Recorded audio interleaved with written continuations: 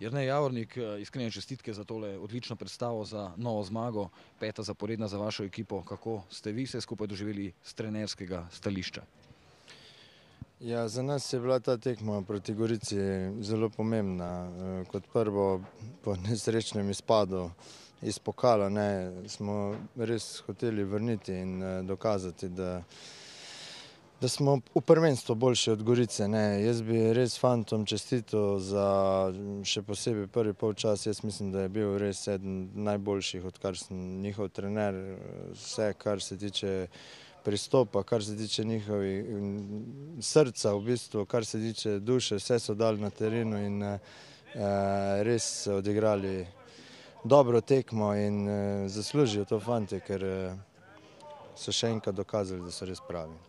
Evropa je zdaj praktično tu, le še točko potrebujete, mislim, da kar se tiče same matematike, je pa drugo mesto tudi zelo blizu. Ste se nadejali takšnih uspehov, preden ste nekako prevzeli ekipo oziroma v letošnji sezoni? Ja, mi stremimo v temu, da bi bili na vrhu, to se pravi, ali pa čim bliže vrha. Konec koncev, če si tekmovalec, mora zmeraj stremeti za čim višjem cilju. In konec koncev stvari v tej sezoni res grejo svojim, mislim, tokom, ki si ga mi želimo. Mislim, da so lahko gledalci danes uživali res v eni lepi predstavi in upam, da bo tudi naprej tako, kot je bilo danes. Ja, Dalibor Radujko, še ena odlična predstava vaše ekipe, zmaga s 3-2, vaše videnje. Pa težka tekma je bila, sigurno derbi kot derbi, pa še Dezn nam je malo otežil delo, ampak srce je veliko, tako da mislim, da je zasluženo so ostale 3 pike doma. Prava prvenstvena predstava, je vse skupaj izgledalo vse z vaše strani dokaj enostavno, igrate tudi zelo samozavestno. Kaj je plod vsega tega? Verjetno tudi rezultati. Pa sigurno so rezultati, ko zmagaš 4 zapore, potem ti je vse lažje, tako da gremo vsako tekmo na zmago, tako da obrne se naš prid in hvala Bogu smo tudi danes zmagali.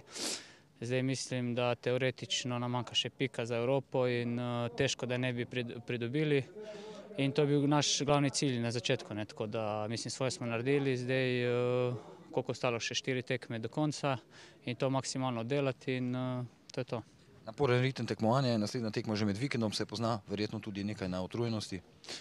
Sigurno se pozna, ampak ko si na terenu niti ne razmišljaš o tem, tako da potem 3 dni razmišljaš o tem, itak so regeneracije, pa ne delaš nekaj preveč na silo, nekaj na polno.